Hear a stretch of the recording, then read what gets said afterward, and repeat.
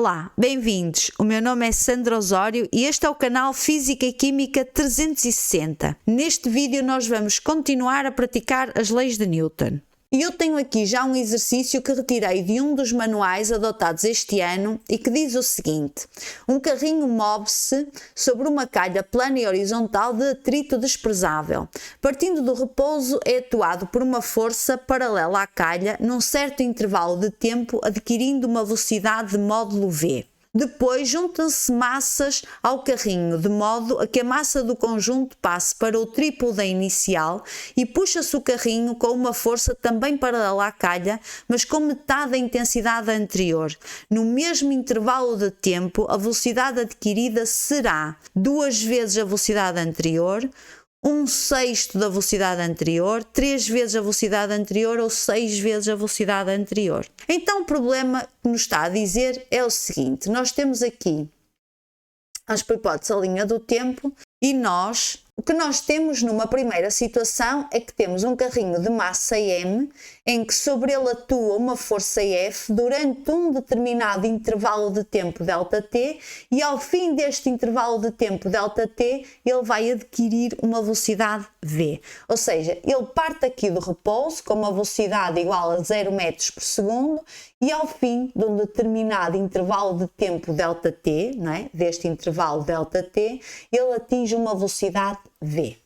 E temos aqui uma outra situação, segunda situação, em que nós temos um carrinho de massa M2, que massa 3 vezes a massa do carrinho anterior, em que aplicamos uma força diferente da anterior, que é igual à força, é metade da força anterior, a F a dividir por 2, e no mesmo intervalo de tempo, o que o autor quer saber é que velocidade é que o carrinho atingiu, e quer saber que velocidade é que ele atingiu nesta situação 2 versus a velocidade que ele tinha comparado com a velocidade que ele tinha na situação 1. Portanto, temos aqui a situação 2, em que o carrinho parte na mesma do repouso e ao fim do mesmo intervalo de tempo ele atinge uma velocidade V2. O autor o que quer é isto mesmo, é que nós relacionemos estas duas velocidades. A primeira coisa que nós temos que fazer é olhar para as respostas que nós temos. E nós aqui reparamos que nós temos em todas as alíneas a dizer que a velocidade aumenta, na linha A, na linha C, na linha D, e a única que diz que a velocidade diminui, que é menor na situação 2, é a linha B. Se nós chegarmos à conclusão, analisando o problema, que na segunda situação a velocidade é menor, nós descobrimos imediatamente a resposta. E isto é um exercício que vocês devem fazer sempre em exame, porque muitas vezes acontece isto que aqui está, ou seja, começamos a fazer contas e mais contas e mais contas, não olhamos para as respostas e nas respostas há apenas uma que é menor. Se nós chegarmos à conclusão que a velocidade é menor, não precisamos fazer contas nenhumas. Então vamos imaginar que só é feita uma alteração. Vamos por partes, vamos ver o que é que acontece no mesmo intervalo de tempo se mantivermos a força. O que é que acontece à velocidade se nós triplicarmos a massa do carrinho? Nós sabemos pela primeira lei de Newton que quanto maior é a massa de um corpo, maior é a sua inércia. Ou seja, maior é a dificuldade que nós temos em fazer variar a velocidade de um corpo. Mais difícil é nós conseguirmos retirar esse corpo do repouso. Então, se nós só tivéssemos aumentado a massa, o que era esperado é que a velocidade diminuísse, ok? Vamos agora imaginar que nós mantínhamos a massa e apenas reduzíamos a força para metade. Vocês imaginem que são duas pessoas, uma que tem muita força e outra que tem uma força menor, e vão empurrar exatamente a mesma caixa, com a mesma massa, durante o mesmo intervalo de tempo. Vocês acham que a pessoa que tem uma força maior consegue em 5 segundos dar mais velocidade à caixa ou menos comparativamente a uma pessoa que está a aplicar uma força menor ao mesmo objeto? Ora, a velocidade da pessoa que aplica a força menor é menor. Portanto, a velocidade, quando a força diminui, a velocidade diminui também. Então, quando a massa aumenta e a força diminui, não há maneira da velocidade aumentar. A velocidade tem necessariamente que diminuir face à velocidade na situação 1. Portanto, a resposta correta é a resposta B. Mas agora imaginemos que o autor deste problema não era assim tão simpático connosco e que colocava aqui uma hipótese E que dizia que era V, a velocidade reduzia para 1/4 da velocidade anterior. Neste caso, nós já íamos ter que fazer contas, porque neste caso nós já tínhamos aqui duas hipóteses que podiam estar corretas.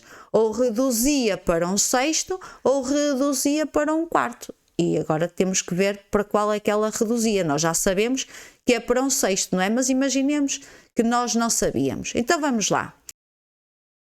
Nos problemas em que nós temos de relacionar variáveis de duas situações diferentes, em que há alguma coisa se altera de uma situação para a outra, a primeira coisa que nós temos que fazer é montar as equações. Portanto, na primeira situação, a força resultante que atua no carro é a força F. Vamos ver isto. Qual é que é a força resultante? Reparem, nós temos este carro que está a ser exercido a uma força F.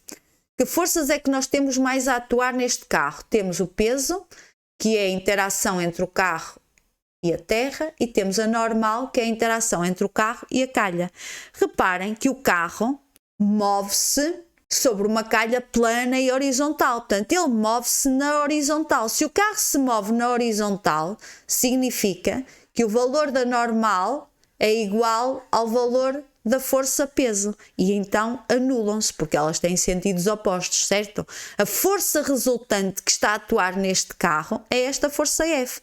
Porque desprezamos o atrito e desprezamos também a resistência do ar. Se o peso e a normal não se anulassem, significava que o carro estaria ou a entrar pela calha dentro ou então a levantar voo, ok? Porque tinha uma componente, uma resultante de forças vertical. Se o carro se desloca apenas na horizontal, significa que na vertical não há variação de velocidade, ou seja, não há resultante das forças a atuar na vertical. Isto é só uma revisão das forças. Então, vamos lá colocar a equação. Então, a força resultante é a força F, a força é igual à massa vezes a aceleração. Não nos dizem nada sobre esta força, mas nós imaginemos que é uma força constante a atuar no carro e, portanto, se é uma força constante, a aceleração é uma aceleração também ela constante. E a aceleração é igual à variação da velocidade num determinado intervalo de tempo. Ora bem, a velocidade, este ΔV é a velocidade final, que é V, menos a velocidade inicial, que é 0. E o intervalo de tempo é o t final menos o t inicial. Portanto, isto fica V sobre t. Substituindo aqui, fica F é igual a m vezes V a dividir por t. Esta é a expressão da primeira situação. A expressão da segunda situação é muito parecida com a da primeira. Portanto, nós temos F2 é igual a m2 vezes a aceleração em 2. F2 é F a dividir por 2. A massa em 2 é 3 vezes a massa em 1. E a aceleração em 2 é a variação da velocidade em 2 e o intervalo de tempo é o mesmo. Portanto, será V2 menos 0, T menos 0. Temos aqui a expressão da segunda situação. Para aquilo que nós temos que fazer é relacionar estas duas variáveis, ou seja, temos que determinar V2 em função de V. Para isso, temos que colocar estas duas variáveis numa mesma equação, para poder relacioná-las. Como é que vamos fazer isso? Se F é igual a este produto, podemos substituir F aqui nesta equação por este produto e já vamos ter as duas variáveis numa mesma equação. Ou então podemos ainda fazer a divisão destas duas equações, ou seja, se f é igual a este membro e f sobre 2 é igual a isto, então se eu dividir f por f sobre 2 é a mesma coisa que dividir isto por isto. E então fica assim. F a dividir por f sobre 2 é igual a m vezes v sobre t a dividir por 3m vezes v2 sobre t.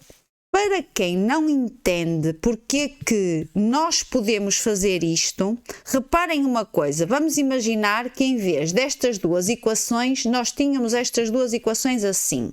6 é igual a 2 vezes 3 e 12 é igual a 3 vezes 4, ok? São duas equações verdadeiras. Então, se eu dividir 6 por 12, é a mesma coisa que eu estar a dividir 2 vezes 3 por 3 vezes 4. Certo? Reparem, 6 a dividir por 12 dá 1/2, é igual, este corta com este, 2 quartos, é a mesma coisa que 1/2. O raciocínio que está aqui é este que está aqui, é o mesmo.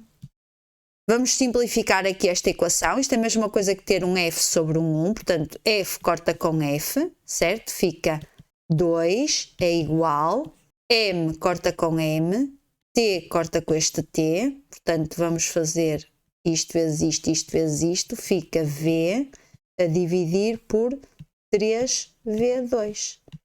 Isto dá 6, este passa para ali a multiplicar, v2 é igual a v. Então, V2 é igual a 1/6 de V. Cá está. Chegamos onde queríamos. Chegamos aqui à solução B.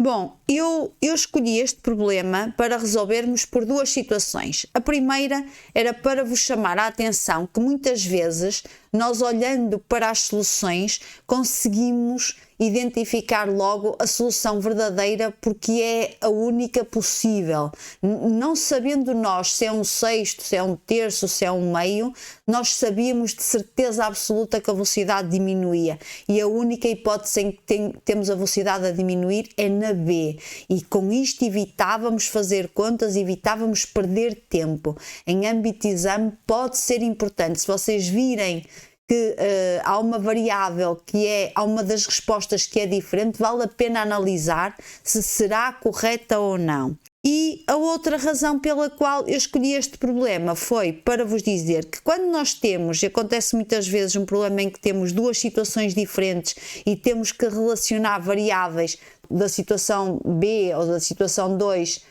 comparativamente à variável da situação 1, aquilo que nós temos que fazer é colocar estas duas variáveis numa mesma equação.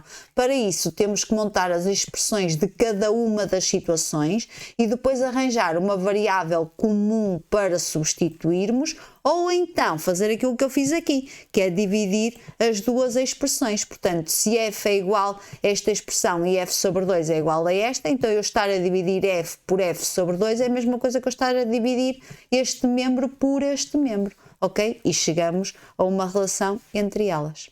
Eu espero que vocês tenham gostado deste vídeo.